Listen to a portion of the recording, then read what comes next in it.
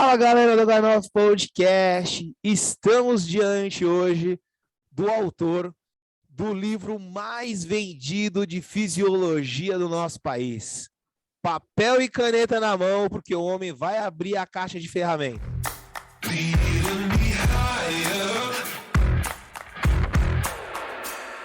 Fala galera do Ganoff Podcast, vamos aqui hoje nesse episódio, nós vamos ter agora um convidado com bastante bagagem na fisiologia do exercício, professor PhD Cláudio Lira. Professor, muito obrigado por ter aceito o nosso convite, por estar aqui com a gente hoje. Muito obrigado, Vitor. Eu que agradeço ao seu convite. É um prazer conversar com seus telespectadores, com a sua audiência. Muito obrigado novamente pelo convite. É um prazer e eu reforço estar aqui com você. Sente o peso do nosso convidado de hoje. Mais de 200 artigos científicos voltados na área de fisiologia do exercício. Autor do livro mais vendido aqui no nosso Brasil sobre fisiologia do exercício. E responsável pelo laboratório de fisiologia na Universidade Federal do Goiás. Professor Cláudio Lira, por favor, uma curiosidade, assim, né? A gente, nesse projeto inicial, a gente procura entender um pouco da carreira, né, dos profissionais da área aqui que estão com a gente. Por que educação física? Na verdade, assim, eu acho que foi a educação física que me escolheu, né?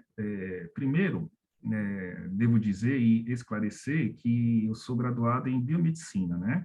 Não em educação física. Na verdade, naquela época, quando eu passei no vestibular da FUVEST, né? Que é um grande vestibular, né? Que faz seleção de estudantes para a USP, para Santa Casa e outras escolas aí, eu não sabia muito bem o que fazer, né? Eu gostava muito de biologia e da área da saúde, né? Lá em São Paulo é dividido em 3 grandes áreas, né? Os cursinhos preparatórios, né? Para os vestibulares até então, era ciências biológicas, ciências humanas e ciências exatas, né? Ciências humanas não era a minha praia, né? Porque direitos, ciências sociais, geografia, essas coisas aí. Ciências exatas eu tinha uma certa afinidade, né? Mas também não era a primeira opção. Eu gostava da área da ciência da saúde, mas não queria muito mexer com gente, né? Hoje, coisa que eu vejo hoje que é uma tremenda bobagem, né? Enfim, aí eu descobri o curso de biomedicina, né? Que até então era um curso que envolvia trabalhar com pesquisa, com ciência básica e etc. E eu prestei esse vestibular e eu tive o êxito e eu ingressei no curso de biomedicina, né, na Universidade Federal de São Paulo, a tradicional Escola Paulista de Medicina, no ano de 1998.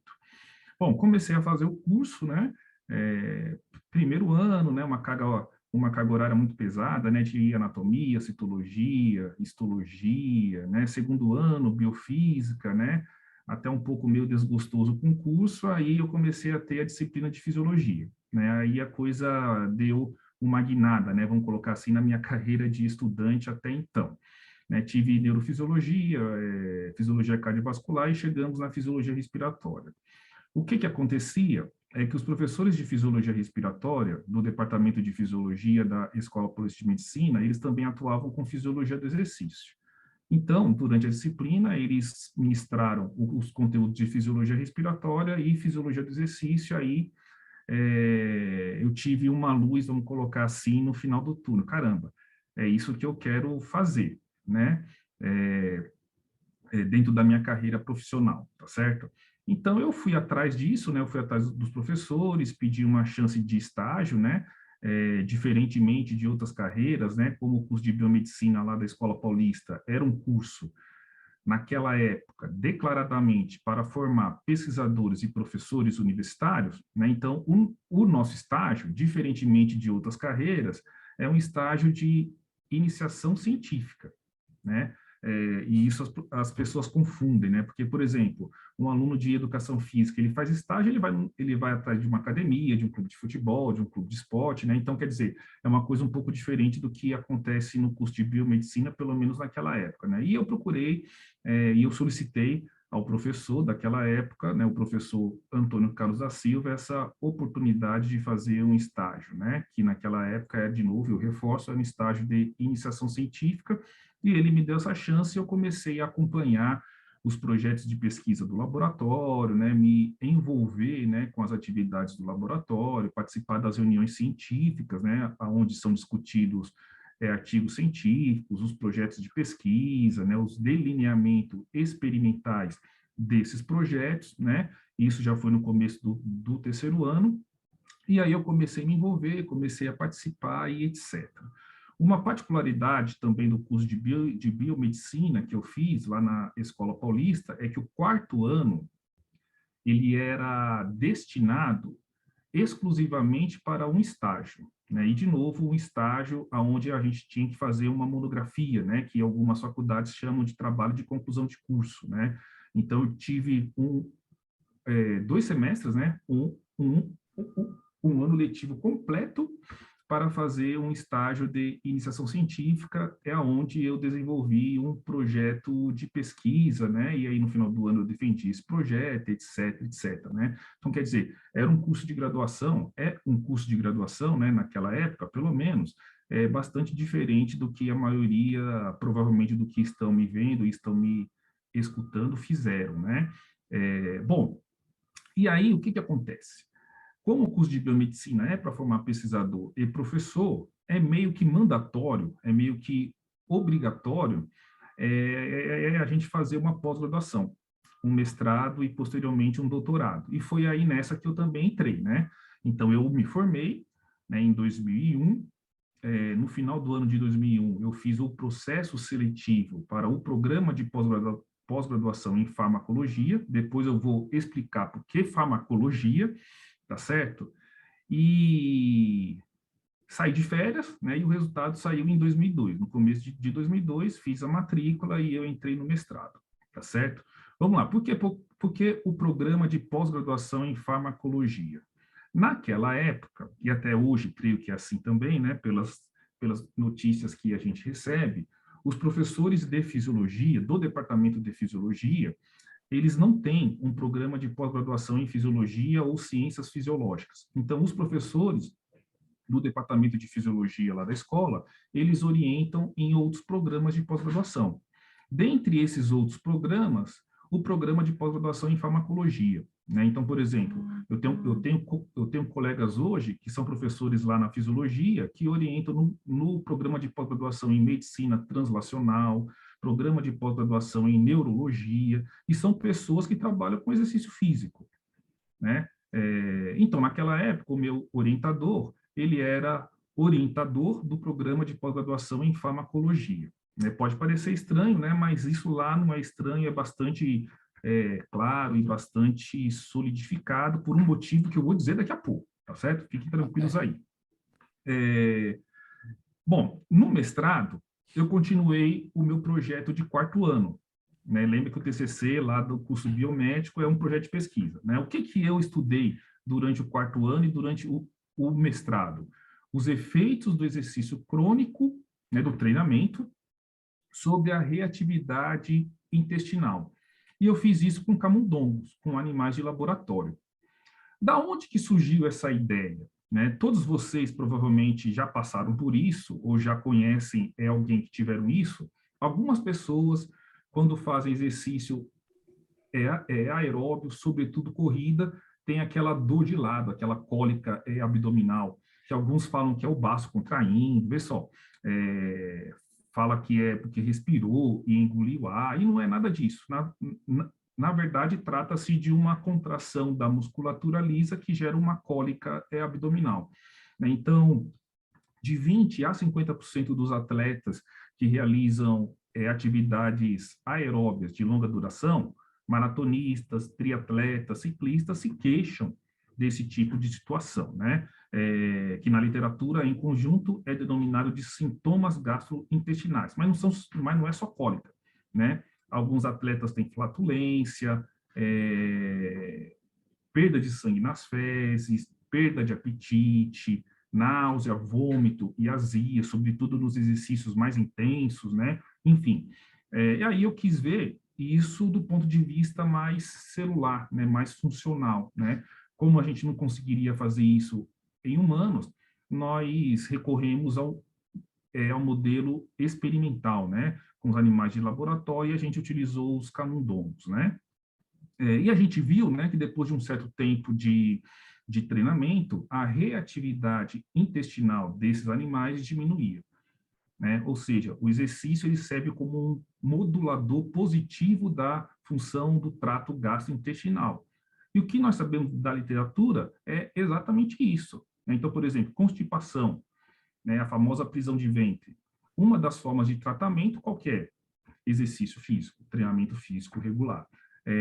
Nós sabemos, né, isso já é bastante consolidado, cristalino na literatura, que aquelas pessoas, que aquelas populações fisicamente mais ativas, elas possuem uma prevalência de câncer de cólon menor, né? Então, existe um efeito positivo do exercício na função do trato gastrointestinal, tá certo? Então, isso eu vi no meu mestrado, vi no meu quarto ano, eu tive 2 trabalhos publicados, né, fruto desses trabalhos, né, que foram um dos meus primeiros trabalhos dentro da minha carreira científica, um publicado em 2005, na Revista Brasileira de Medicina do Esporte, e outro que foi publicado em 2008 na European Journal of Applied Physiology.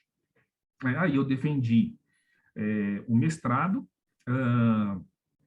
no programa de pós-graduação em farmacologia, né, faltou essa explicação, e lá na Escola Paulista, lá na Universidade Federal de São Paulo, que é uma universidade que eu considero de primeira linha, eles são muito felizes quando eles vão emitir o certificado ou diploma das pessoas que fizeram mestrado e doutorado lá. Então, por exemplo, o meu programa de pós-graduação em farmacologia né, o meu título não é mestre em farmacologia, eu sou mestre em ciências, pelo programa de pós-graduação em farmacologia. E isso é muito legal, por quê? Porque, infelizmente, em concursos públicos de outras universidades públicas, as pessoas não entendem isso. Imagina um biomédico, mestre e doutor em farmacologia, chegando para prestar um concurso público numa faculdade de educação física. O pessoal viria com preconceito, né? Então, eu sou mestre e doutor em ciências, né? Ciências pelo programa tal, né? Eu tenho colegas que fizeram mestrado e doutorado no programa de psicobiologia e trabalharam com exercício, né? No programa de neurologia, trabalharam com exercício. Todos eles são mestres e doutores em ciências, né? Daí o cara vai prestar um concurso, olha só, eu tenho um título em ciências, e acabou, ciência é ciência, né? Se é nas ciências humanas, se é nas ciências exatas, se é nas ciências biológicas, não interessa, é ciências, né? E isso facilita muito o egresso daquela universidade poder participar desses concursos, né? Por exemplo, aqui na Universidade Federal de Goiás já não é assim, né? Eu sou orientador em 2 programas de pós-graduação, na educação física e no ciências da saúde, e os meus alunos saem com os títulos de mestre ou doutor em educação física ou ciência da saúde. Educação física não, porque nós não temos o doutorado ainda, né? Mas no ciência da saúde tem mestrado e doutorado.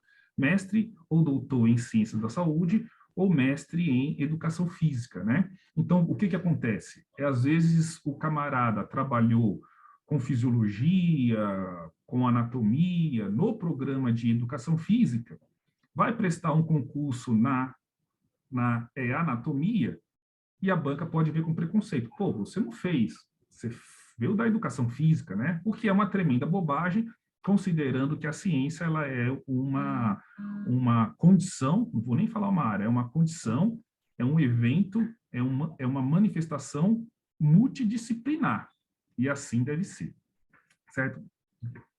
Fechado esse parênteses, eu defendi o mestrado em 2004 e eu parti para o doutorado no mesmo ano, né? No doutorado eu quis ter uma outra experiência, né? Trabalhar com gente, com humanos, né? E eu acho que eu fui muito feliz nessa minha escolha. E eu trabalhei com pacientes com sequelas de poliomielite paralítica, né? Então, o que acontece? Felizmente, no nosso país, a polio ela está erradicada por conta da vacina, né? Tem a campanha nacional todo ano, né? Do Zé Gotinha, né? Quem tem filho pequeno sabe disso. Mas o que acontece? Muitas pessoas que lá no passado quando tinha poliomielite no nosso país, que tiveram a poliomielite, elas têm sequelas de poliomielite e elas podem desenvolver uma síndrome, conhecida como síndrome pós-poliomielite. E essa síndrome causa sintomas musculares, tais como fraqueza muscular, fadiga muscular e etc., que são sintomas que podem ser tratados por meio do exercício físico. Então, resumidamente, o que eu quis fazer no meu doutorado? Será que se eu avaliar as respostas fisiológicas ao exercício de pessoas saudáveis e comparar com pessoas com síndrome pós-poliomielite, será que o paciente com a síndrome pós-poliomielite tem respostas diferentes? E nós encontramos que sim. Por exemplo, o tradicional consumo máximo de oxigênio nos pacientes é menor do que das pessoas saudáveis, mesmo considerando que essas pessoas tenham o mesmo nível de atividade física. Percebe? Então, foi um negócio bastante legal que a gente achou e eu defendi o doutorado em 2008. E aí, vê só, Vitor, eu não posso reclamar da vida, não. Eu defendi o meu doutorado no dia 1º de dezembro de 2008. Quando eu defendi o meu doutoramento, eu já estava inscrito no concurso público que eu passei aqui na UFG, na Universidade Federal de Goiás, que as provas foram realizadas em fevereiro de 2009. Então, eu defendi o doutorado, aí já bastante cansado, né? Eu até falo para os meus alunos, né? Fica tranquilo, doutorado você não defende, não. Doutorado você entrega, né? Porque o processo, eu fiz aqui resumidamente, sei lá, em 5, 10 minutos, né? Mas o processo é muito penoso. É muito penoso, né? O meu, particularmente, foi muito penoso, porque eu comecei o doutorado com uma colaboração com uma outra professora, enfim, né? Que não deu certo, né? Então, quer dizer, eu perdi do meu doutorado, bem dizer, uns 2 anos. Eu fiz o meu doutorado em 1 ano e meio, né, de coleta, recrutamento de pacientes, né, com a ajuda lá dos meus amigos do laboratório, né, sem eles, dentre eles, o Rafael Paquina, que já esteve aqui com você, né, então, sem esses colegas, barra amigos, né, que são amigos até hoje, a minha situação teria sido muito mais difícil, né, então, o processo, ele é muito penoso, né, ele é muito duro, né, então eu defendi, sabe, assim, cansado, né, e precisando estudar para o concurso, né, e assim, sabe, aquela preguiça, né, entre aspas, não era bem preguiça, né, era meio que um ranço, sabe? Estava Caramba, fadigado, né? Até mentalmente, tava todo o processo. fadigado, E aí eu Tava tava, na total. verdade, eu tava inscrito em 2 concursos, os 2 da UFG. O primeiro foi aqui para a cidade de Goiânia, né, professor de fisiologia do Instituto de Ciências Biológicas. O segundo que eu passei era de fisiologia também, mas um campus da UFG do interior, em uma cidade chamada Jataí. Vai vendo, eu estava inscrito para os 2. E aí, sem muito estudar, mas estudando aquela coisa, eu falei, eu não vou para esse concurso de Goiânia. Vou, não vou, vou, não vou, vou, não vou. Resolvi vir, né? Aí era tipo assim, eu resolvi ir, né, no sábado e o concurso começava na segunda. Eu morava lá em São Paulo ainda, né? Comprei a passagem de avião, dei sorte ainda, né? Comprei de última hora e peguei passagem barata. Comprei a passagem de avião e vim para cá. Eu tô aqui na cidade de Goiânia falando com vocês, né? Vim para cá meio que no susto, sabe? Tal, não sei o quê. Aí, na segunda-feira, fui lá no campus da UFG, me apresentei, fiz as provas, fiz todas as etapas, né? Não passei nesse concurso, e de fato não merecia passar, tinham candidatos melhores que eu, pelo menos mais preparados para aquele ponto, mas foi um negócio que foi bom, por quê? Porque eu já vi como que era o esquema da UFG, né? Falei, nesse concurso aí dessa cidade de Jataí, eu já vou com sangue nos olhos. E assim foi, né? No mês seguinte, né? Acho que teve 20 dias de diferença, talvez, eu fui para o concurso lá de Jataí, né? E eu passei, né? Foi assim, o concurso começou dia 5 de fevereiro, terminou dia 9, no final de março eu já estava nomeado e em abril eu tinha que me apresentar, né?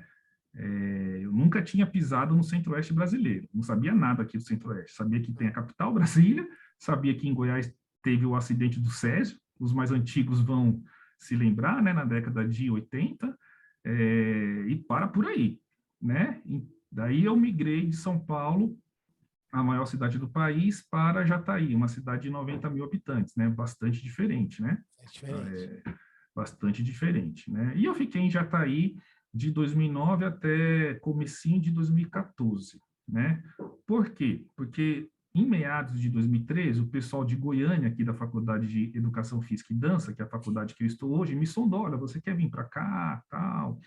Naquela época eu já estava com uma produção científica interessante, e eles estavam querendo abrir o programa de mestrado, né? Daí eles avaliaram naquela época que o meu currículo poderia ajudá-los nessa tarefa, né? E eu aceitei o convite, né? E eu vim para Goiânia em janeiro de 2014, é a cidade que eu estou desde então, né?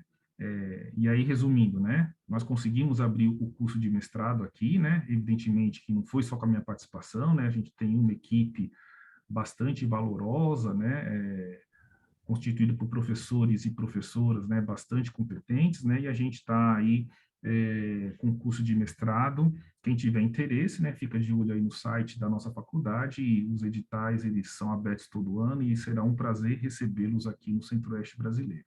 Então, a minha trajetória foi essa, o Vitor, resumindo, né, bastante, né? Bom, saiu então de biomedicina, acabou indo para fisiologia do exercício, né? Primeiro, o que mais te encantou, né, para você ter escolhido a fisiologia do exercício, né? O que você acredita ali que falar, meu, caraca, para essa área que eu vou dentro da biomedicina, né? O que você acredita? O que você observou assim que você viu que fisiologia, toda a sua experiência, né, que você teve depois, né? Pô, laboratório de pesquisas para o PAN 2007, depois Pequim, fazendo todo aquele estudos relacionado à poluição que tinha lá, tudo mais, enfim. Então, aonde que a fisiologia te fisgou? Na verdade, essa resposta é bem fácil para mim, porque eu sempre fui um cara que gostou de fazer exercício, né? É, diferentemente de parcela significativa da população, eu não tenho problema de fazer exercício, né? Eu até comento o seguinte, né? Quando eu chego de uma sessão de atividade física, de exercício, né? Eu continuo com zero arrependimento de ter treinado, de ter ido treinar, né?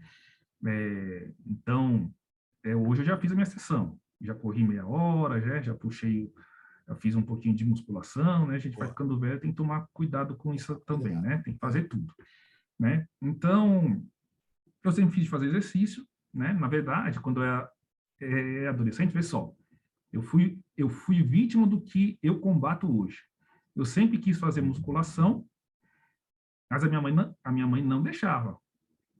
É perigoso, prejudica o crescimento, pode machucar, né? Aquela coisa toda aí que quem é da educação física já se deparou com isso, né? Não, tem que esperar ficar adulto, sabe aquelas coisas todas? Mas eu fiz vôlei, fiz futebol, né? Enfim, não jogava bem nada, né? Mas estava lá no meio, estava suando, né? Estava lá no meio.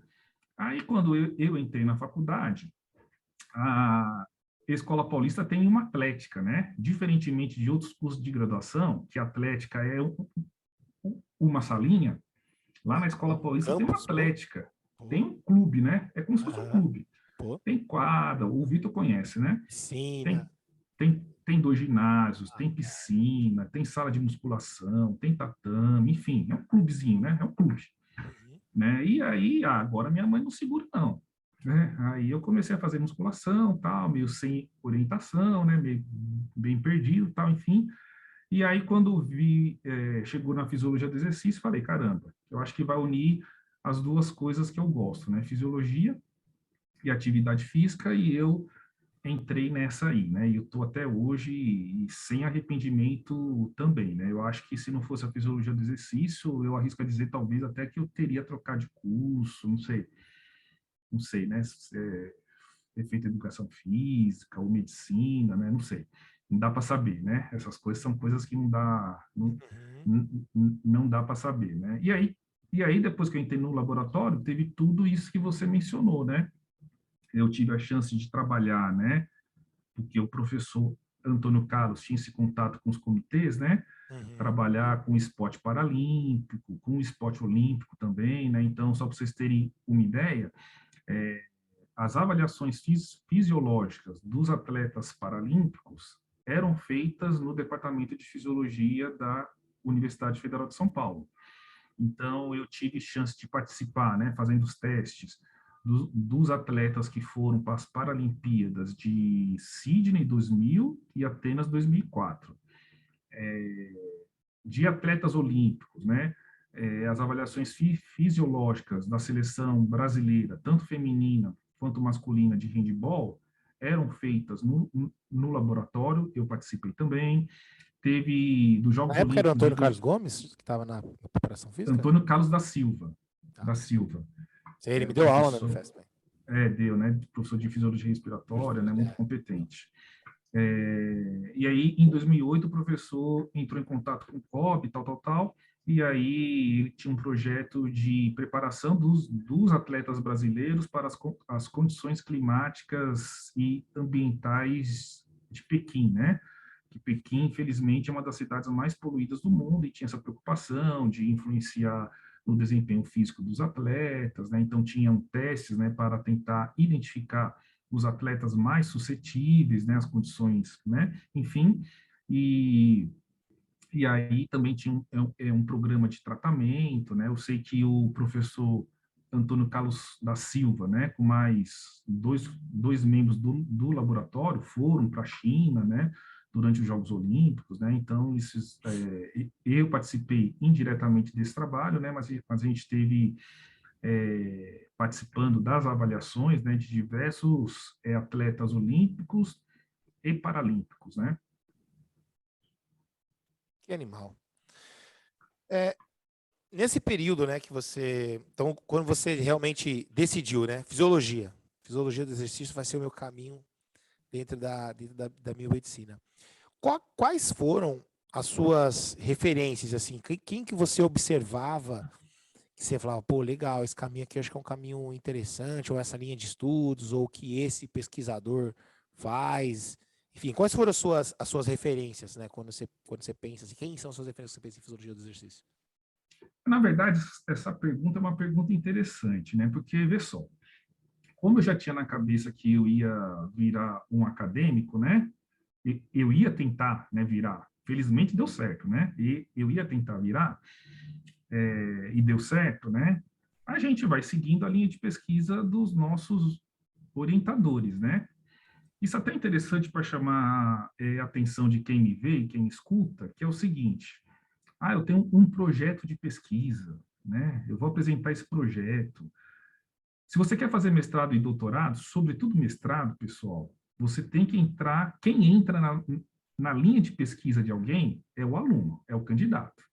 É o candidato que entra na linha de pesquisa do professor ou da professora, né? Porque pensa, olha só, a pessoa tem uma trajetória, tem uma experiência naquele assunto, etc, etc, etc.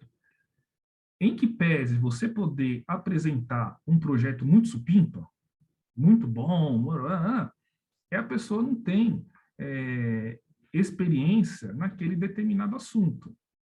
Né? Então, essa que é a dica que eu dou. Se você tem interesse em fazer pós-graduação estrito sensu, né, mestrado e doutorado, dá uma namorada no currículo Lattes do professor que você quer seguir. E é ali que você vai ter a linha dele, entendeu? Olha, eu vou fazer um projeto dentro da linha do professor, né, que eu acho que eu vou ter, que eu acho não, você vai ter uma chance maior de êxito, né? E foi assim comigo, né? Na verdade, vê só, Cláudio, você vai fazer esse projeto aqui, vamos discutir, né? Discutimos junto, etc e tal, mas foi esse projeto aqui, e assim eu fui levado, né? E eu não me arrependo não, né?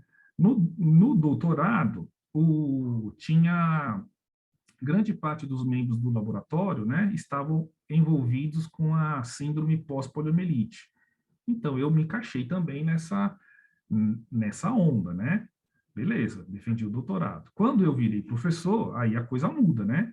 Que aí a gente vai estudar o que mais lhe apetece Mais dentro das gosta. condições que são dadas, né? Que são ofertadas, né? Também não adianta eu querer, né? Caramba, eu vou medir isso, aquilo, fazer biópsia, blá, blá, blá, blá, blá, se eu não tenho condições estruturais e de recursos humanos para, né?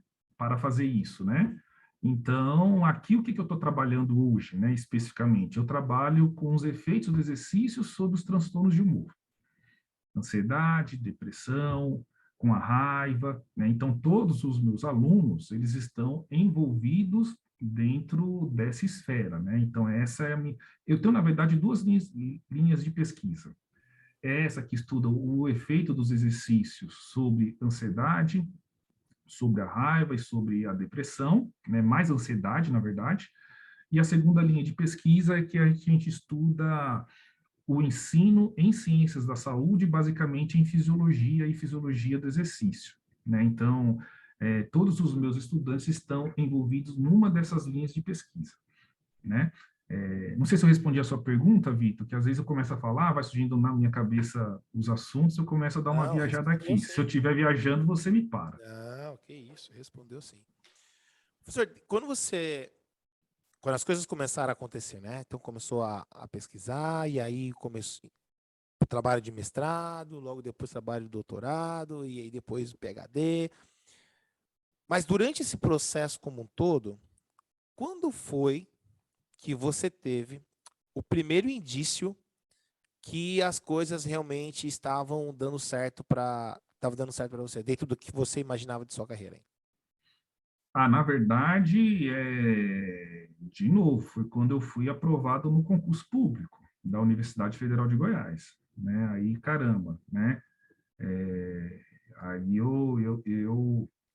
aí eu acho que as coisas começaram a entrar numa quinta marcha, entendeu?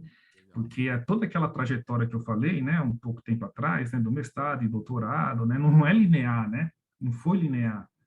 Teve muitos obstáculos, né, no meio do caminho, né? Eu estou falando isso não é para me vitimizar, não, né? Que, assim, Faz vai parte do acontecer com todo processo. mundo, Ah, né? Faz parte do processo, entendeu? Uns mais fáceis de serem transpostos, outros mais difíceis, né? Então, eu passei no concurso, né? Aí a coisa começou a engrenar, né? Bom, né? Primeiro, teve aquela mudança de realidade, né?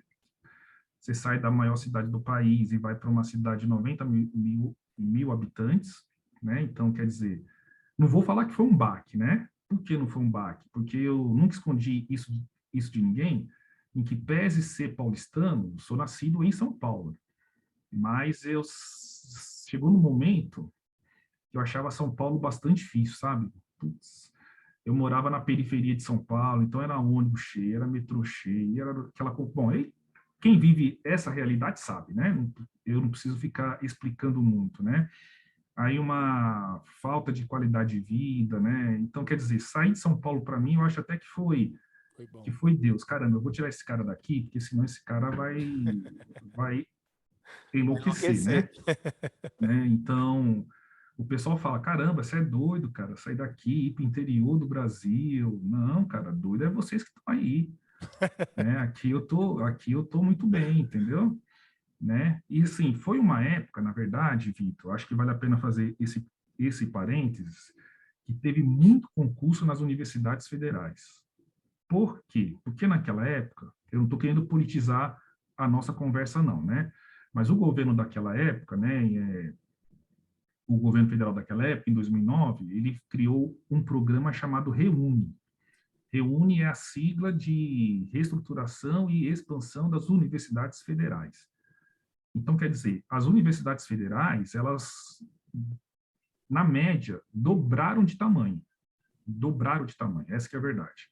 Né? Quando eu falo dobraram de tamanho, número de alunos, número de professores, número de cursos de graduação, número de programas de pós-graduação estrito sensu, né? E esse programa começou, né? Tiveram 2 programas, o programa de expansão das universidades federais e depois o REUNE, de reestruturação das universidades federais. Esse programa começou mais ou menos em 2006, 2007, eu estava no doutorado, e eu acompanhando tudo que estava acontecendo. E eu já tinha na minha cabeça o seguinte, caramba, eu vou defender esse doutorado e prestar concurso Norte-Sul, Leste-Oeste. Veja bem, eu não era casado, não tinha filho. A minha mudança de São Paulo para Goiás foram as minhas roupas e os meus livros. Não tinha um copo de requeijão para trazer, né? Então, quer dizer, eu vou fazer eu vou defender esse negócio, eu vou fazer concurso Norte-Sul, Leste-Oeste, né? Concurso Norte-Sul, Leste-Oeste. E assim foi, né? Eu defendi, fiz o concurso, passei. Né? Depois, né? Aquele negócio, ficar mais perto de São Paulo, não sei o quê. Aí eu fiz concurso em Lavras, foi Alfenas. Fiz alguns outros concursos que eu vejo hoje que foi bobagem, entendeu? Eu tinha que ter ficado quieto e depois eu fiquei lá em Jataí, depois eu vim para Goiânia e eu acho que foi a melhor escolha, né? E aí tudo isso para dizer o seguinte, eu falava para os meus colegas, gente, defendeu? Concurso Norte-Sul, Leste-Oeste. Mas não sei o quê. Mas São Paulo não sei o quê. Mas não, gente, isso aí é feito namorar. Primeiro você conhece a menina ou o menino, depois vai ver se vai ficar apaixonado. Tá certo? Se não ficar, gente, tchau, tô indo embora. Entendeu? Aí, resumindo, o que aconteceu? Muita gente muito capaz, muito competente, muito aquilo outro, não fez o que eu fiz e está lá, em São Paulo, né? Às vezes sem emprego, às vezes numa faculdade particular que paga mal, entendeu? Né? Então, esse arrazoado deve ser feito, entendeu? É aquela coisa, né? O Brasil, eu coloquei isso até num dos textos do concurso que eu passei, né? A ciência, o mundo acadêmico, é mais do que o quadrilátero da Vila Clementino. Essa frase é de um professor de bioquímica que eu tive. Né, para quem não conhece, o que é esse quadrilátero da Vila Clementina? Porque a Escola Paulista de Medicina fica num bairro lá em São Paulo chamado Vila Clementina. Né? Então, a escola não tem um campus, né, que você chega, você entra no campus, tem a USP, tem aqui a UFG, né? São casinhas espalhadas, né? Num quadrilátero. Ele fala, gente, vocês ficam ligados, que o mundo é mais do que o quadrilátero da Vila Clementino. Infelizmente, alguns colegas não quiseram sair do quadrilátero e tiveram, infelizmente, também algumas dificuldades aí, né? Profissional e pessoal. Eu já tinha na cabeça, caramba, e o que me facilitou foi o seguinte, como eu já não gostava muito de São Paulo, já facilitou muito, né? Tem gente que gosta, que acha maravilhoso, São Paulo, não sei o quê, blá, blá, blá. Se você quer um tempero da Índia 3 da manhã, você acha. Eu acho que um cara que quer tempero da Índia 3 da manhã, ele não precisa do tempero, ele precisa de um psiquiatra. É diferente, entendeu? Né? Mas, enfim, né? Vitor, aí eu acho que eu fugi do assunto. O que você tinha perguntado? Não, Desculpa. tá ótimo, tá ótimo, tá ótimo. Tá muito legal. Então quando você passou no concurso aí na Universidade Federal de Goiás, foi o primeiro indício. Mas quando que você acredita, quando que você acredita que realmente houve o ponto de inflexão na sua carreira? Qual que foi o fato, qual foi o momento onde você acredita que realmente teve um ponto de inflexão na tua carreira?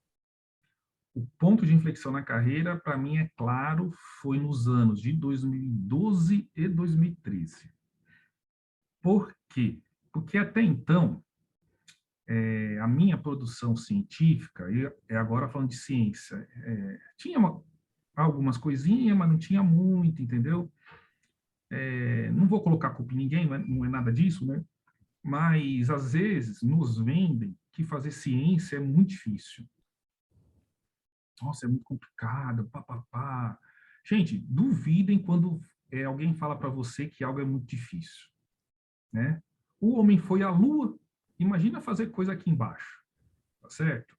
Né? Então, se você tem uma ideia, essa ideia é boa, tem um método científico, tem as ferramentas para fazer aquilo, né? Porque tudo bem, não adianta você ter uma ideia boa, mas você não tem a ferramenta, né? O equipamento que você precisa custa milhões e milhões de reais, não é disso que eu estou falando, né? Se você tem uma ideia, tem as ferramentas, né, e tem propósito, tem uma meta, tem um foco, a coisa sai, né? E em 2012 e 2013 foi dentro desse contexto, né? As coisas começaram a sair, né? Aí eu tive também a ajuda, que tem até hoje, colaboração científica bastante exuberante com dois professores do tempo lá da Unifesp ainda, o professor Rodrigo Luiz Ancini, fez mestrado e doutorado lá, mas que hoje é professor da Universidade Federal do Espírito Santo, na cidade de Vitória, e a professora Marília dos Santos Andrade, que é a coautora aqui de capa do nosso livro de Fisiologia do Exercício, né? Que é professora da Universidade Federal de São Paulo, né? Então a gente começou a trabalhar juntos, né? Então um tinha uma ideia, escrevia um artigo, fazia, executava, mandava para o outro ler, né? Dar os palpites, não sei o quê. Aí ficou essa triangulação e as coisas começaram a sair, né? As coisas começaram a sair, né? Em 2012, especificamente, o que que aconteceu, Vitor? Vai prestando atenção. Teve uma greve Eu tô aqui, anotando aqui, tá? Ó. Postura de aluno, tô anotando tudo aqui. né? Pode falar. Teve uma greve dos professores das universidades federais, de todas. E da UFG não foi diferente, a gente ficou em greve, né? E eu morava sozinho lá em Jataí, falei, tá em greve, eu não vou ficar aqui não, eu vou para casa da minha mãe em São Paulo. O que que aconteceu? Eu escrevia artigo todos os dias. Então foi um negócio assim, cada semana era um artigo que eu terminava e mandava para Marília e para o Rodrigo. Aí mais um artigo, mandava para Marília e para o Rodrigo. Como resultado, 2013 foi o meu ano de maior produção científica. Mas não começou em 2012? Foi. Mas daí você escreve, os colaboradores dão palpite, volta, você corrige, não sei o quê, vai para uma revista, nega, blá, blá, blá, né? Aí quando os artigos começaram a serem aceitos e saírem, foi em 2013, né? Mas tudo isso aconteceu porque é o seguinte, as universidades estavam em greve, mas eu não estava parado. Eu não estava parado, entendeu? Eu estava fazendo acontecer. E aí você vê como que as coisas vão casando, né? Eu acho que foi por isso que o pessoal daqui de Goiânia viu o meu currículo, caramba, esse cara tem uma produção interessante dentro aí da área da educação física e fisiologia, vamos chamar esse cara para cá, né? E eu acho, né? E aí as coisas foram acontecendo, entendeu? Aí, também, nessa mesma época, eu ganhei um edital da FAPEG. O que que é a FAPEG? É a Fundação de Amparo à Pesquisa do Estado de Goiás. Em São Paulo tem a FAPESP, né? Que hoje, até dia 23 de maio, faz 60 anos, né? É a nossa FAP brasileira mais forte, evidentemente, né? Mas aqui tem a FAPEG. Eu ganhei 2 editais da FAPEG, né? Que na soma deram um pouco mais de 100 mil reais, e foi com esse dinheiro que eu montei o laboratório que eu tenho hoje. Aqui eu tenho uma esteira, tenho um sistema metabólico, né, um analisador de gases, tenho um lactímetro, balança, estadiômetro, né? Então, quer dizer, tem um laboratório de fisiologia do exercício clássico aqui, né? Aí eu vim para Goiânia, ganhei mais um edital do CNPq, né? Aí as coisas foram andando. Mas, assim, pontualmente, eu acho que são os anos de 2012 e 2013. Depois disso, tiveram outras conquistas também, né? Então, a minha mudança para cá, para Goiânia, eu tive que correr atrás de um espaço para montar o laboratório. A diretora da época da faculdade me cedeu esse espaço, que é o local que eu estou até hoje. Aí, o que que aconteceu? O laboratório ficou maior, eu consegui um espaço do lado, né? Aí, os espaços estão aí, a gente vai conquistando, né? Em 2016, teve o lançamento do livro de Fisiologia do Exercício, junto com a Marília. Em 2017, eu consegui sair para o pós-doutorado, né, na UFES, lá na Federal do Espírito Santo. Voltei para Goiânia em 2018. Em 2020, eu consegui a bolsa de produtividade em pesquisa do CNPq, né? Então, assim, existem alguns diversos marcos, né? Que a gente vai conquistando. Nesse ano, em 2022, eu ganhei um prêmio da Faculdade de Medicina como o professor mais produtivo do programa, né? Então, assim, tem alguns marcos, né? Quer ver? Uma coisa legal que aconteceu, eu fui paraninfo da turma de Educação Física, dos formandos de 2020, né? Então, fui também paraninfo, professor homenageado do curso de fisioterapia lá de Jataí, né? Da Universidade Federal de Goiás, de Jataí, né? Então, assim, existiram vários marcos, né? Que a gente tem orgulho, né? Que bacana. Mas acho que para mim ficou bem forte, assim, que eu anotei aqui, foi esse mastermind que você teve aí, né, na meados de 2012, 13, essa junção, dessa colaboração É, dos dois é, professores. Foi ali que realmente as coisas começaram a, a decolar. assim, ciência precisa de colaboração, né? Sempre precisou e sempre vai precisar. E essa Isso é um colaboração, recado muito importante para o pessoal da educação física, né? Porque eu percebo que cada vez mais, assim, as pessoas, às vezes elas, sei lá, tem uma linha de pensamento, uma linha de pesquisa, uma linha de trabalho, e que às vezes ele acha que é muito e não divide, né? Ele fica só para ele, parece que ele tem medo, parece que tem medo de assim, falar, tem medo de aham, compartilhar com outras pessoas, sabe? Pô, duas cabeças pensam melhor do que uma, com sabe? absoluta certeza, Eu né? acho que Mas assim, né, falta mais Vitor? união da área, assim, sabe? Nessa Eu acho questão, sabe? De que dividir as coisas. eu acho que infelizmente não é só na educação física, não, né? Assim, é aquela coisa, né? Quando se lida com gente, é sempre uma pecinha, entre aspas, complicada, né? Pode dar muito certo ou pode dar muito errado, né? Eu já tive, eu sempre estou aberto à colaboração, né? Mas você vê só para dar um exemplo que as coisas podem ser difíceis em alguma situação. Por exemplo, eu compro esse celular. Ah, foi dia de projeto, recurso público, então tem que deixar todo mundo usar. Concordo, concordo. Só que o projeto fui eu que escrevi, eu que conquistei, mas pode usar, pode usar. Não tem problema não, pode usar, né? Pode usar. Aí a pessoa vai usando, os meus alunos vão usando, eu vou usando, aquela coisa. Aí o celular quebra. Precisa correr atrás do dinheiro para consertar. E aí quem estava com esse discurso, é público, é não sei o quê, blá, blá, blá, aí o cara não ajuda mais, entendeu? Né? E aí quem que tem que correr atrás sozinho? Aí é o Cláudio. Entendeu? Então tem essas coisas também, né? Mas, assim, lidar com gente é sempre um complicado. Mas, assim, felizmente, na colaboração com a Marília e com o Rodrigo, a gente não tem essa coisa, não. É um ajudando o outro e tanto é que o resultado está aí, né? Os três são bolsista produtividade em pesquisa. Eu e a Marília pelo CNPq e o Rodrigo pela FAPES, né, que é a Fundação de Apoio à Pesquisa do Estado do Espírito Santo, né? Então a gente tem eu acho assim, as agências de fomento elas vêm reconhecendo o que a gente vem fazendo, né? Infelizmente, a ciência brasileira ela está por um momento bastante difícil, né? Vocês estão acompanhando, né? Não é só a ciência, né? Então esse contingenciamento aí dos recursos pelo governo federal, né? De novo, sem querer politizar aqui a nossa discussão, né? Mas aquela coisa, né? Eu vi um dado um dia desse que um grant, o que é grant? É o nome na língua inglesa que se dá a financiamento de projetos de pesquisa. Um grant de um professor de uma universidade dos Estados Unidos é maior do que todo o orçamento do CNPq para 2022 para a ciência brasileira. Então, Nossa. quer dizer, é praticamente impossível dar certo. Essa que é a verdade, né? Nossa. Essa que é a verdade, né? Então, quer dizer, é muito diferente, é um abismo, né? A verdade é essa, né? E com essa diminuição, né, do orçamento federal, o que acontece? Isso vai deixar o estado de São Paulo mais exponente ainda, né? Sempre foi, né? Por conta da FAPESP.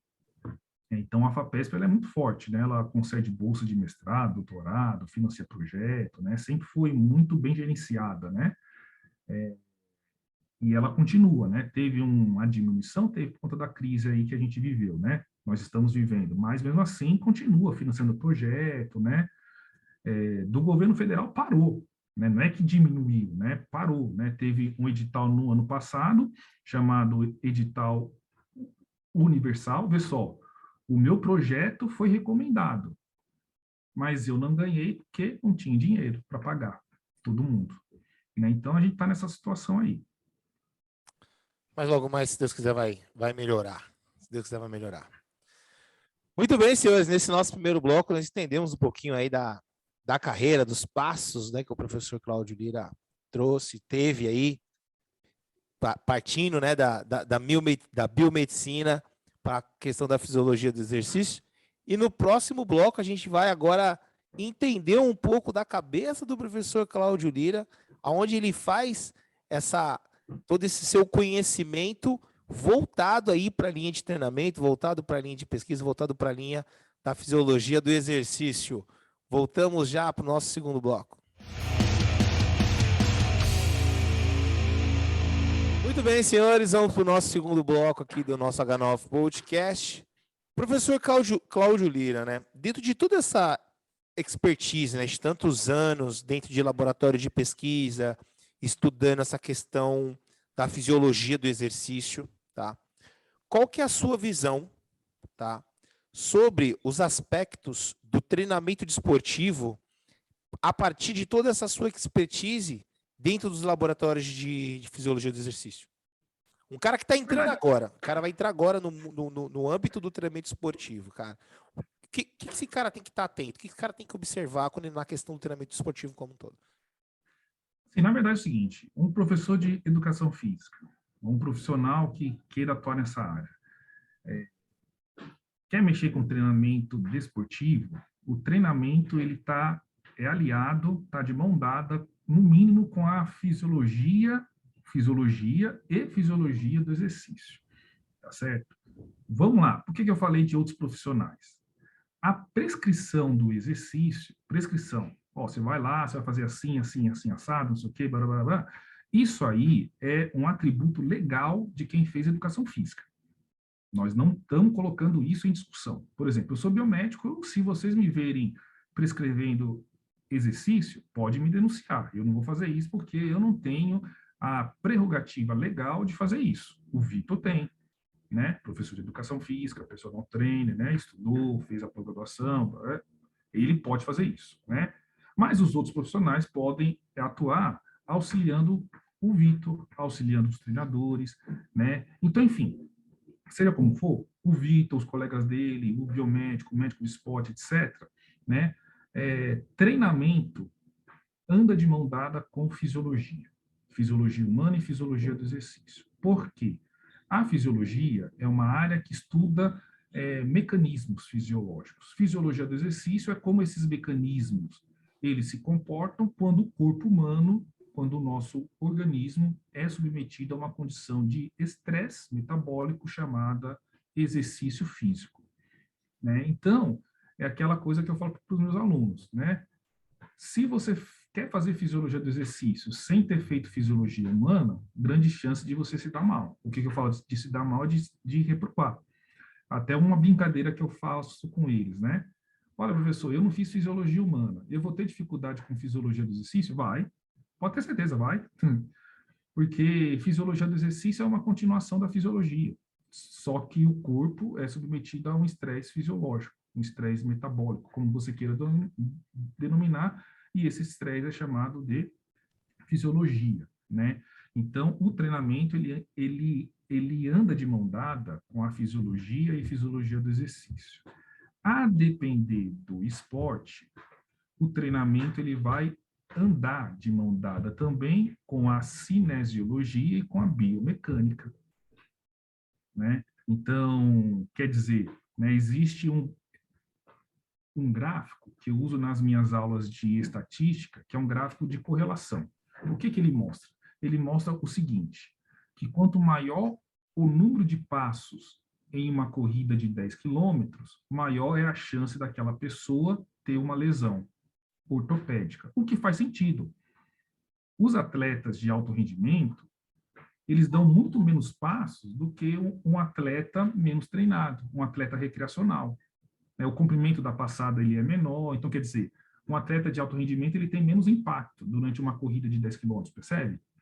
Então, saber questões de biomecânica, Cinesiologia é essencial, né? E aí no treinamento de força,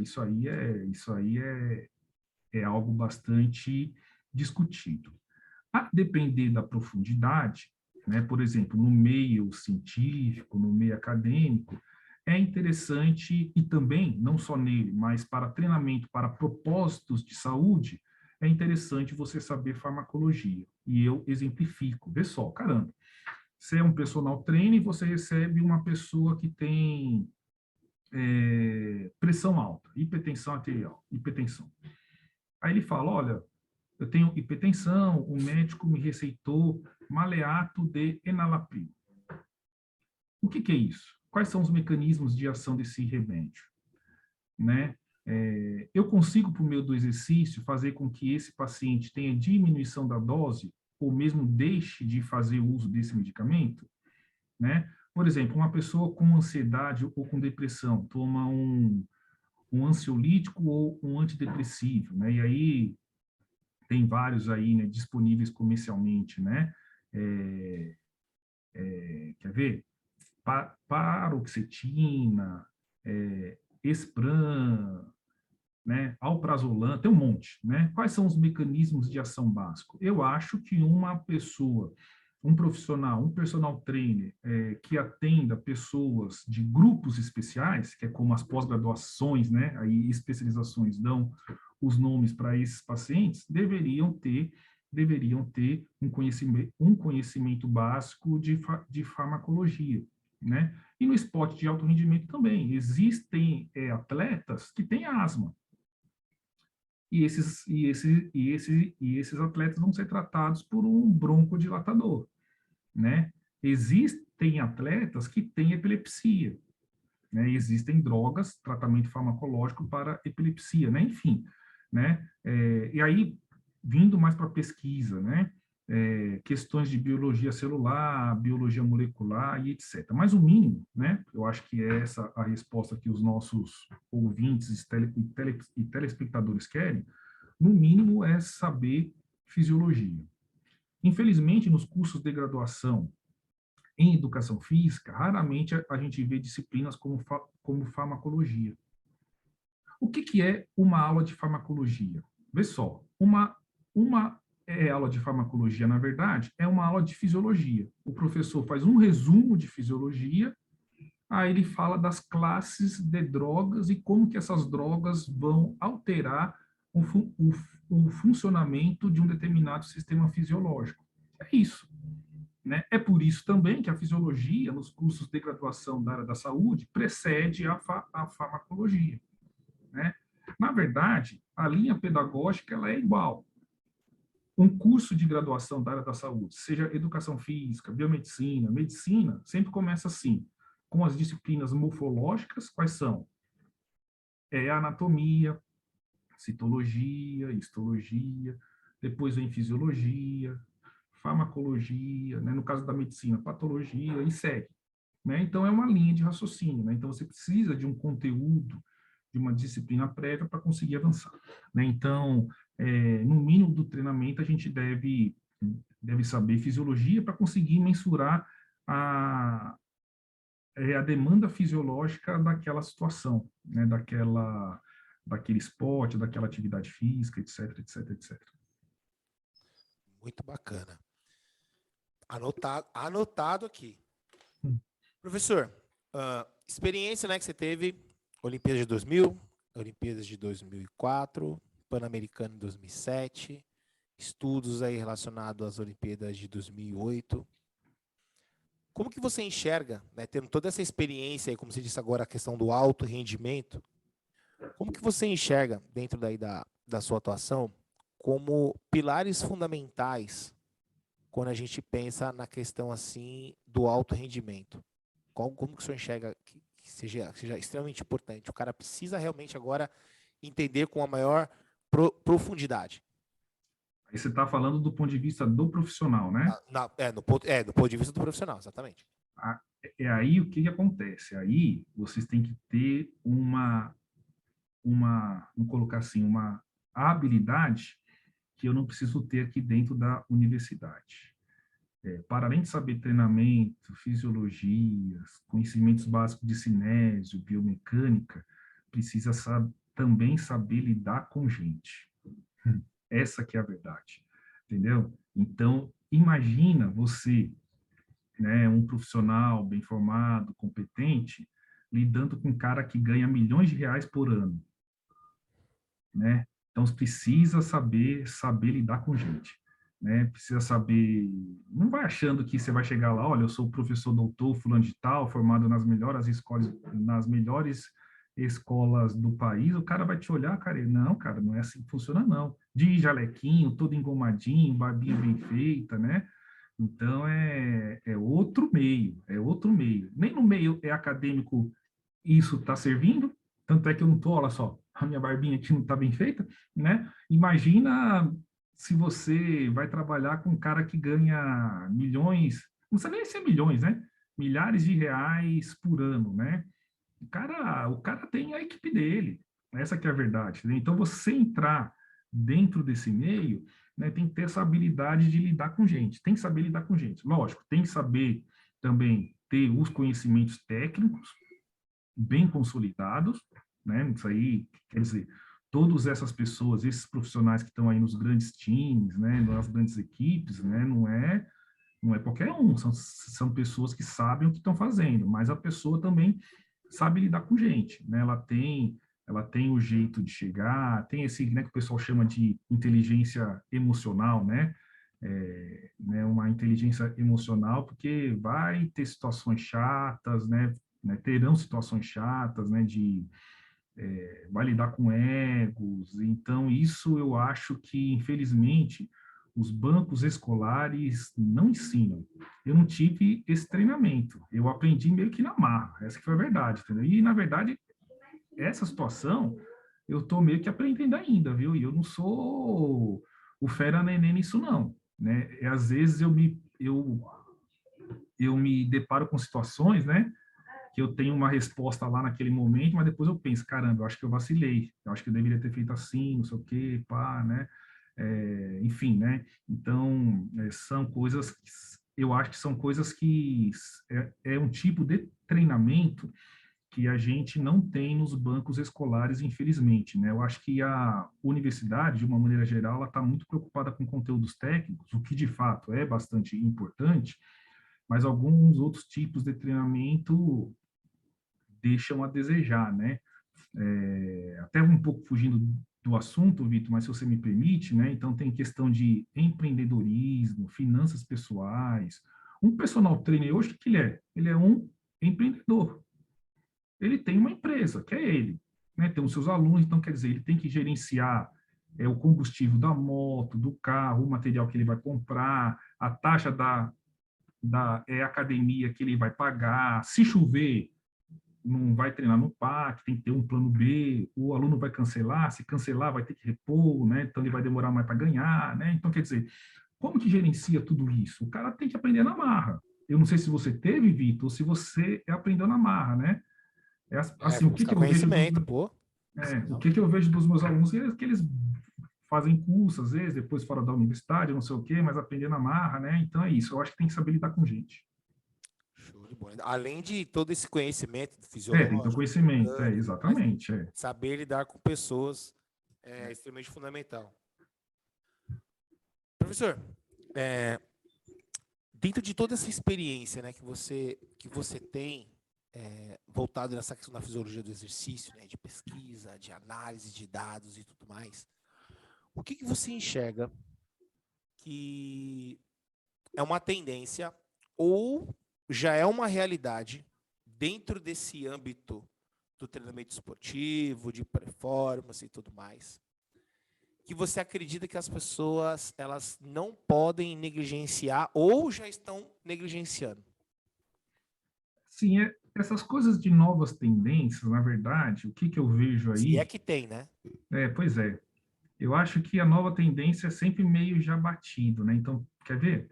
O pessoal estava um pouco tempo atrás, um pouquinho tempo atrás mesmo, aqui pelo menos na cidade de Goiânia, não sei em São Paulo, mas acho que também, treinamento intervalado de alta intensidade. Caramba, ok, né? Beleza, tem suas vantagens, né? Primeiro que o pessoal aplica o famoso HIIT, treinamento intervalado de alta intensidade, o cara acha que é o seguinte, ó, vai lá e mete o louco. E não é assim, né? Existem parâmetros fisiológicos que devem ser monitorados durante uma sessão de treinamento intervalado de alta intensidade, né? E não são difíceis. Por que eu usei esse exemplo do HIIT, né? Porque, vê só, o HIIT é mais velho que andar para frente. Por exemplo, na década de 1920, já tinham atletas que faziam treinamento intervalado de alta intensidade, né? Quer ver uma outra coisa que eu vi um dia desse? Treinamento multimodal. Multi Caramba, quê? bacana. Multimodal. Modal? Então, assim, várias modalidades numa sessão, né? O Ah, cara tá, pega entendi. peso, vai na bicicleta, vai não sei o quê, vai na esteira e Entendi. faz clean jerk, aquela coisa toda. Eu fico pensando, caramba, eu fico imaginando o personal trainer querendo, o cara fez o curso, né, de treinamento multimodal, foi lá, assistiu e aprendeu, tirou dúvida, achou aquilo lá bacana. Caramba, esse negócio aí é bom mesmo. Vou aplicar com o meu aluno. O horário do aluno, 7 horas da noite. É a academia bombando. Como que o cara vai sair de supino, vai para academia, vai não sei o quê, aí o cara vai lá para a esteira, quando volta para o supino já está ocupado, aí já passou o tempo de que o professor, entendeu?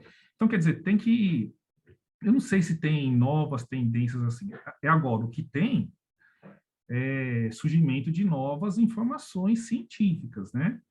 Então, por exemplo,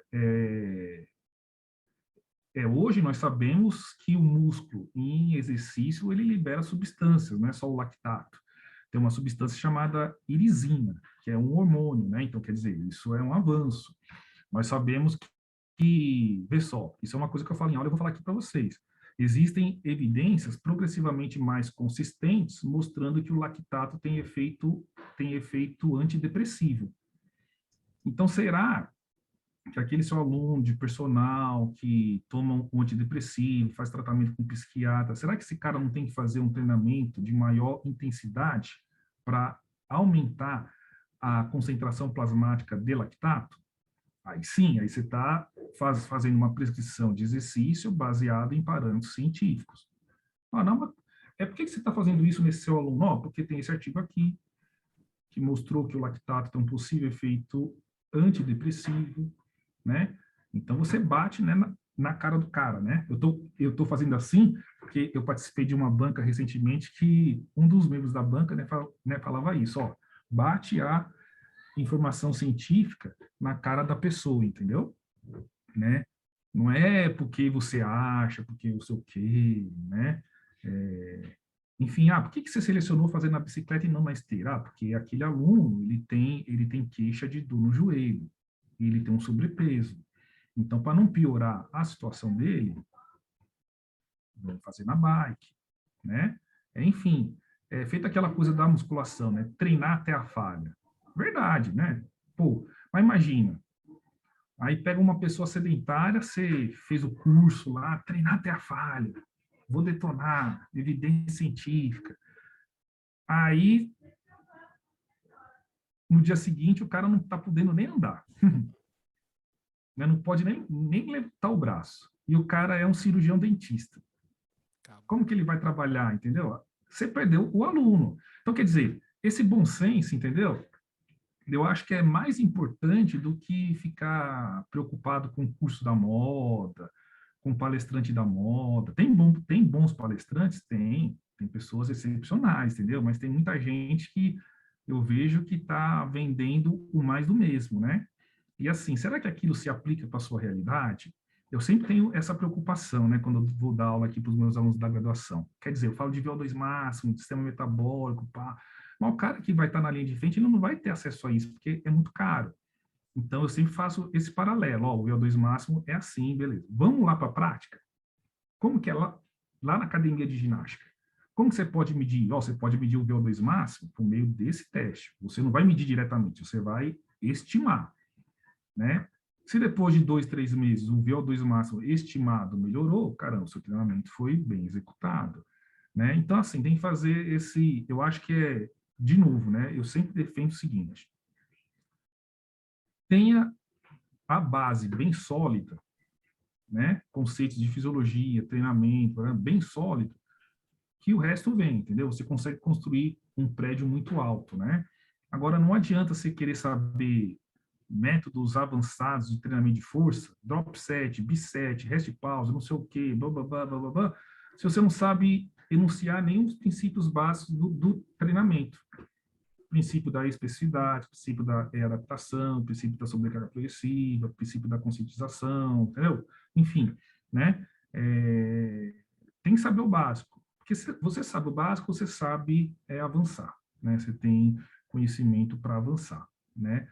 E, assim, sempre tomando cuidado, né? Porque será que tem métodos de treinamento novo? Às vezes surge alguma coisa aí, né?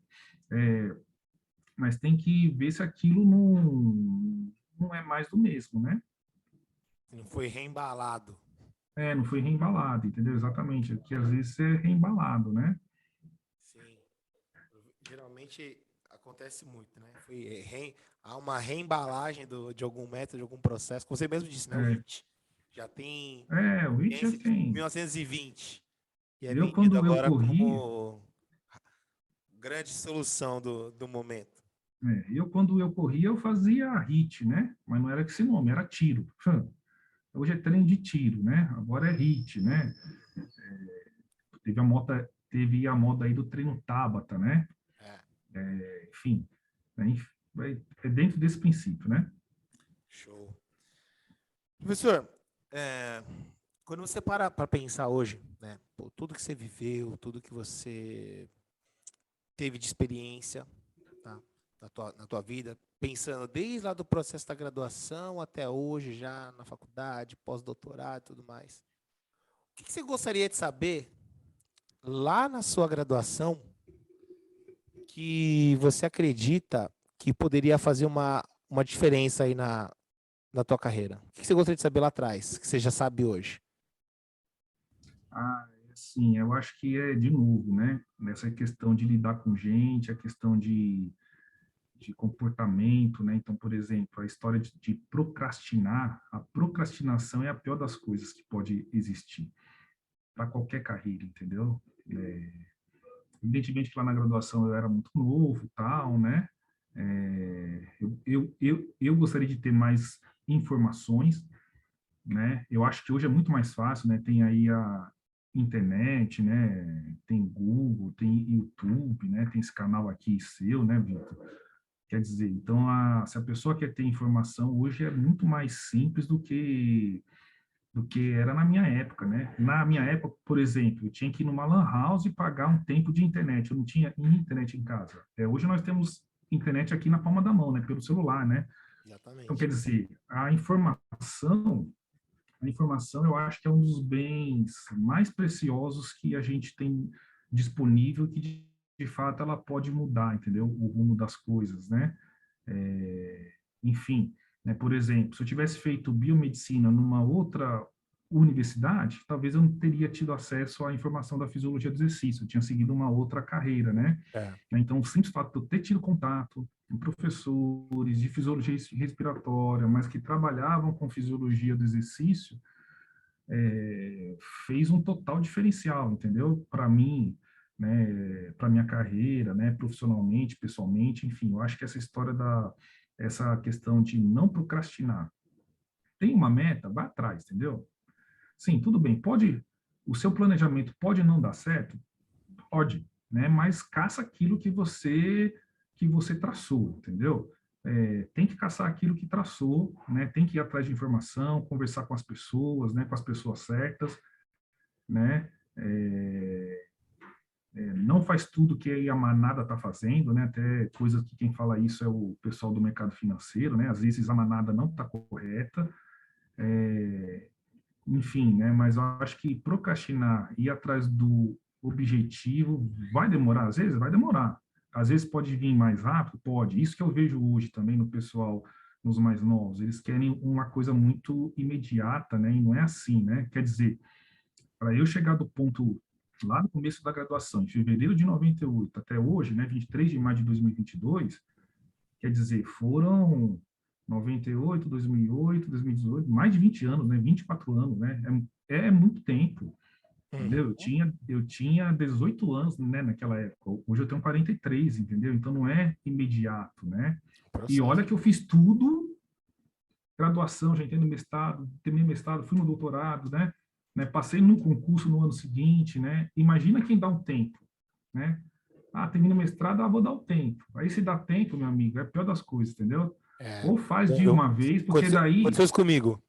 Quando eu terminei a pós-fisiologia de treinamento, eu pensei, puta, vou dar um tempo, né, cara? Já vim da faculdade, já emendei direto. Aí foram mais 3 anos, porque eu fiz os dois ao mesmo tempo, né? Então eu fiz um ano de fisiologia. Aí no segundo ano de fisiologia eu já comecei o de treinamento, então foi um ano que eu fazia de terça e quinta, um de final de semana o outro. Hum, E aí foi pegado esse ano. Aí depois treinamento de novo.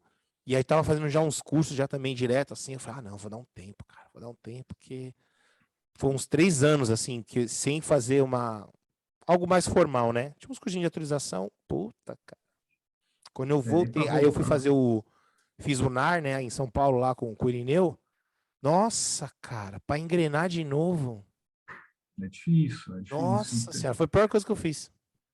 E Não devia ter dado tempo, não. é porque você para, mas a vida não para, né? Daqui a pouco casa, Exatamente. aí vem filho, aí fica tudo muito mais difícil, entendeu? Aí vai em outra fase da vida, né? Então, assim, eu acho que é não procrastinar, né? As pessoas confundem também, viu, Vitor? Não precisa fazer mestrado e doutorado. É. Eu acho que mestrado e doutorado é para quem quer seguir carreira acadêmica, mas o cara, mas a pessoa quer ser personal, quer trabalhar na academia, de repente não vale a pena você ficar no mestrado e doutorado não, entendeu? É melhor Uhum. fazer esses cursos de atualização, não sei o quê, já ir para o campo e aplicar, não sei o quê, de repente ter contato com os laboratórios, né, participar das É. reuniões, né, ver o que o pessoal está discutindo, aquela coisa toda, entendeu? Porque mestrado e doutorado é o que eu falei, entendeu? São muitos precalços, né? Comecei agora, o bicho tá pegando. Entendeu? É muito sofrido em alguns momentos. É muito legal também, né? Mas tem algumas coisas que tem que vencer, né? Que eu vejo assim, olhando para trás de colegas meus, até de alunos recentes, né? Não meus, né? Mas de outros professores. Uhum. A pessoa faz mestrado e depois não quer no doutorado. O cara pega meio que um ranço, assim, sabe, da área acadêmica. Ah, vou trabalhar, vou não sei o quê e tal. Né? Enfim, né? Então tem essas situações aí. Muito bom. É isso aí, senhores. Nesse bloco a gente viu um pouquinho da visão do professor Cláudio Lira, onde ele traz aí toda a sua experiência na biomedicina e na fisiologia do exercício, voltado para o treinamento esportivo. E no nosso último bloco, professor Cláudio Lira, de frente com o Vitão. Não é de frente com o Gabi, é de frente Uhum. com o Vitão no bate-bola bem rápido. Te espero no próximo bloco. Até mais. Muito bem, senhores do nosso H9 Podcast, vamos para o nosso último bloco. Professor Cláudio Lira, de frente com o Vitão. Professor Cláudio Lira, uma realização profissional. O livro de Fisiologia do Exercício foi uma realização muito legal. Ah, legal, bacana. Eu tive essa experiência com o livro também, realmente é muito gratificante. Uma realização pessoal. O meu casamento e o nascimento da minha filha, também muito bacana. Gostoso. Nada melhor. Professor, fazendo uma análise, tá? Nos últimos 2 anos, mais ou menos, teve algum hábito novo ou algum comportamento que você colocou aí na sua vida que você acredita que tenha feito muita diferença para você? Tem. Tem, eu acho que cara, um comportamento que eu tô assim, não tô no ponto que eu quero ainda não, mas eu vou chegar lá é ser menos reativo, cara. Menos reativo com as situações do dia a dia, com as situações que acontece, né? Às vezes eu era muito reativo, né? Ainda sou, mas melhorando muito, né? Então, por exemplo, o cara que aqui perto de casa tem uma rua que as pessoas vira e mexe estão na contramão, entendeu? Assim, me dava uma sensação ruim, sabe? Ou quando o cara, eu sei que eu não tenho nada a ver com isso, né, tal, e assim, mas era uma coisa que eu sofria, sabe? Porque quer dizer, a gente fala mal dos políticos, já me alongando um pouco, Mas os políticos, Vitor, é uma parcela da nossa população, é uma amostra da nossa população. Então, quer dizer, a pergunta é, será que se esse cara fosse deputado, fosse governador, fosse um prefeito, será que ele estaria fazendo diferente? Essa que é sempre a pergunta, né? Então, assim, como eu já desisti de mudar o mundo, eu posso mudar a minha micro-realidade, né? Qual que é a minha micro-realidade? Eu ajudo as pessoas, eu vou lá, faço meu trabalho bem feito, às vezes eu estou no farol de trânsito, vem uma pessoa pedir alguma coisa, eu dou um trocadinho, tem uma camiseta aqui que eu não quero mais, eu deixo no carro e dou para a pessoa que está na rua, entendeu? É assim que eu posso melhorar o mundo, mas essa conversinha de, os maus não sei o quê, porque os bons se calam, isso aí tem desde o começo da humanidade, viu? E a gente não evoluiu muito, não, com relação a esse quesito, né? Então, eu acho que essa história de ser menos reativo, de julgar menos, entendeu? Mas agora, desde que não faça mal a mim e a minha família ou aos meus amigos, né? Porque, assim, o cara que passeia com cachorro, não pega as fezes do animal, que entra na contramão, que não para na faixa, ou que não sei o quê, esse cara é uma mudança estrutural que eu não tenho condições de fazer, entendeu? Então, eu acho que ser menos reativo eu acho que é uma mudança que eu tive nos últimos 2 anos e a pandemia me ensinou isso. Bacana. Professor, o que você gostaria de reviver? Olha, eu gostaria de reviver. Essa pergunta é difícil, né? Mas eu gostaria de reviver alguns momentos quando eu estava lá em Jataí, no campus de Jataí da UFG. Foram momentos bem legais, entendeu? Porque, quer dizer, era um campus pequeno, hoje a UFG de Jataí não é nem mais a UFG. Eles separaram da gente, né? Então, lá agora é uma Universidade Federal Independente, né? Universidade Federal de Jataí. Quem tiver curiosidade, procura aí na internet. Mas naquela época, o que aconteceu? Muitos professores chegaram no mesmo momento. Então, era todo mundo jovem, com força para fazer o negócio crescer, sabe? Então, a gente fez um bom trabalho, né? Eu, junto com os outros professores, né? Naquela época, eu fui o assessor de comunicação do campus, né? Então, a gente deu uma revitalizada no site, dos canais de comunicação do campus Jataí. Foi um momento muito legal do ponto de vista profissional. Foi uma experiência muito boa. Professor, o que você... Eu vou pedir duas referências, tá? O que você está lendo hoje? Alguma coisa da área e alguma leitura fora da área? Não, eu estou lendo esse livrinho aqui, ó. Estou tentando ler, mas estou numa velocidade bem menor. Esse livrinho aqui, ó, da ciência, da publicação, filosofia da ciência da filosofia é a publicação, que é um livro do professor Gilson Volpato. O professor Gilson Volpato é um professor aposentado da Unesp, de Botucatu, e ele trabalha com metodologia científica, com filosofia da ciência, então ele tem coisas bastante legais aqui. Bacana. Se o senhor pudesse indicar um livro para que as pessoas pudessem ler, pode ser também um na área da educação física e um fora, se o senhor quiser, ou só fora, enfim. Que livro Cara, seria esse e por quê? um livro que eu dou para os meus alunos, que eu dei para os meus alunos lá da fisioterapia, lembra que eu falei que eu fui professor homenageado? Eu dei para cada um o livro Pai Rico, Pai Pobre. Ah, legal. Não sei se vocês leram, mas é assim, é Pai Rico, Pai Pobre. Não vou dar um spoiler, né? Mas é um livro de finanças pessoais que eu acho que todo mundo Foi o primeiro que eu li. precisaria ter esse treinamento na área de finanças, né? Foi um livro que eu ganhei da professora Viviane, que foi minha professora de Viviane biofísica. também me deu aula. Viviane, né? Viviane Energética. Noalhetas, né? De bioenergética, né? Ela me deu.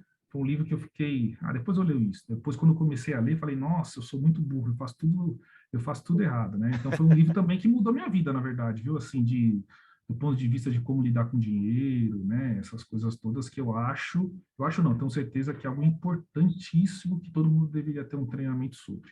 Show de bola. Professor, agora a gente vai dar uma viajada legal, assim, tá?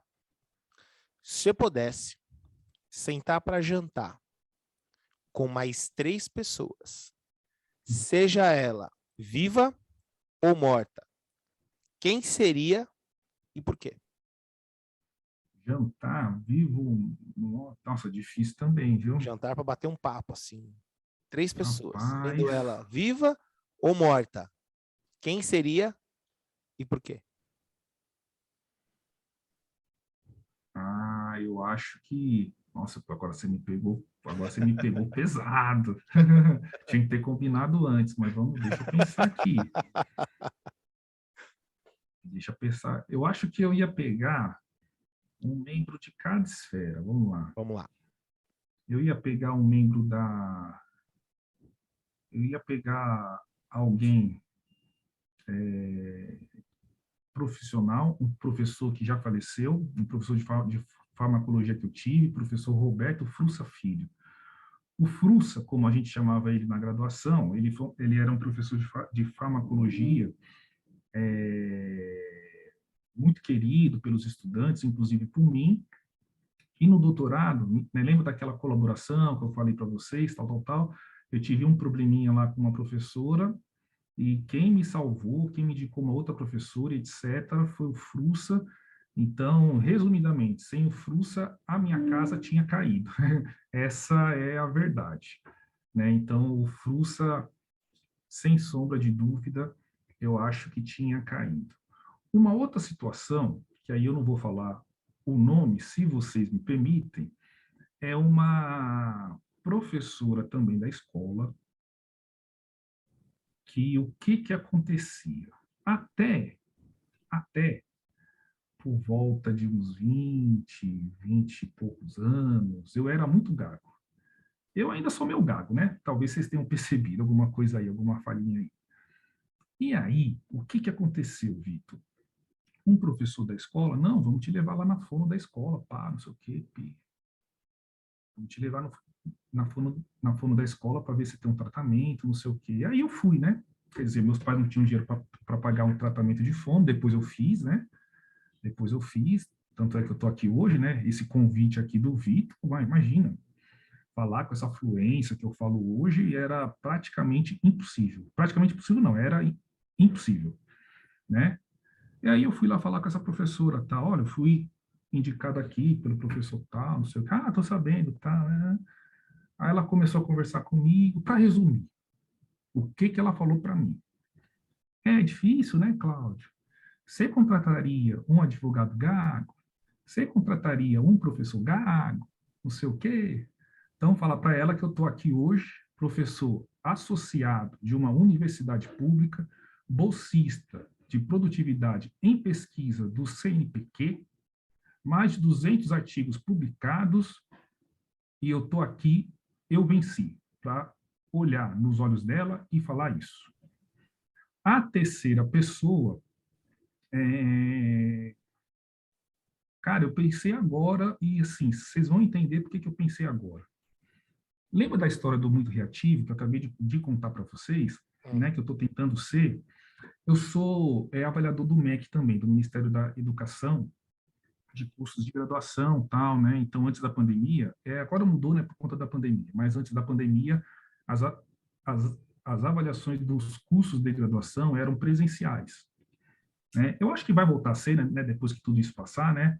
Agora está sendo remoto aqui pelo computador. Enfim, aí eu fui fazer uma avaliação na cidade de São João do Meriti, Baixada Fluminense, no Rio, para quem não conhece.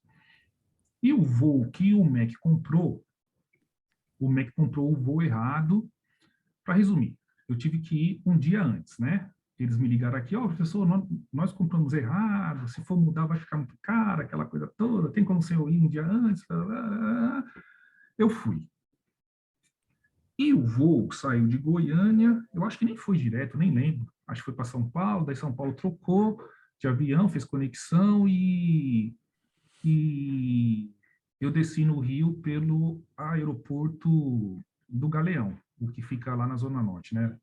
Lá na ilha. Não Santos Dumont fica no centro, lá do Galeão. E o avião, e eu gosto do Rio de Janeiro, né? Quem me conhece sabe disso. Mas o avião, naquele dia, chegou por um lugar do Rio, cara, favela, coisa ruim, né? E eu sempre gosto de ir na janela, né? Falei, e foi bem naquela época que o Sérgio Cabral estava naquele escândalo, né? De Paris, dos lenços na cabeça. Falei, caramba, será que esse cara chega aqui, o cara não sente nada por essas pessoas que vivem nessa condição? Eu chamaria para esse jantar o Sérgio Cabral também. Cara, o que passa na sua cabeça, meu amigo? E aí vai vendo o Vitor. Aí eu cheguei no Rio, o pessoal me deixou no hotel, tal, tudo certinho. Olha, professor, tem um motorista aqui, vai te levar para passear, tal, se você quiser, né? E foi bem na época que e eu conheço o Rio, né? Então, quer dizer, para mim, ir no Cristo Redentor não ia ser novidade, né? Ah, eu quero ver um negócio que eu não conheço. Aí tinha a história do Museu do Amanhã. Não, me leva nesse Museu do Amanhã aí que eu quero conhecer, que eu nunca fui. Aí o cara me levou lá, me deixou, tal, não sei o quê. Eu fiquei lá passeando um tempão, fui no Boulevard Olímpico, lá a pé, pá, não sei o quê. Aí deu 5 horas, né? E eu conheço o Rio, e eu tava lá em Duque de Caxias. Não tava no Rio, lá em Duque de Caxias. Caramba, eu vou ligar para esse cara, para ele me levar de volta, porque vai ter que pegar a linha vermelha, é a Avenida Brasil, e esse negócio vai parar por conta do trânsito, e eu vou ficar no meio desse trânsito, né? E assim foi. E ele me pegou, tal, linha vermelha livre, tudo tranquilo, cheguei lá no hotel. Vitor, foi o tempo de eu chegar no hotel, né, deixar minhas coisas, tirar a roupa, tomar aquele banho e liguei a TV. Tiroteio na linha vermelha, não sei o quê. Cara, se eu tivesse demorado 15 minutos, eu estava preso lá no negócio, entendeu? Aí eu ia chamar, ô Sérgio Cabral, caramba, não é possível que não passa nada pela sua cabeça, cara. Pô, bicho, você Sérgio mora Cabral. onde, cara? Entendeu?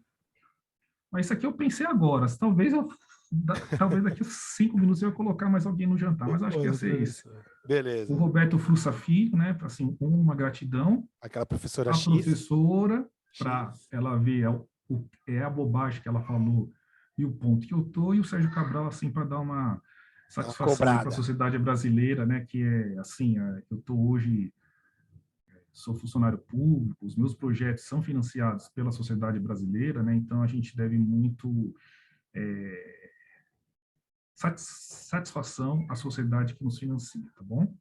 Boa.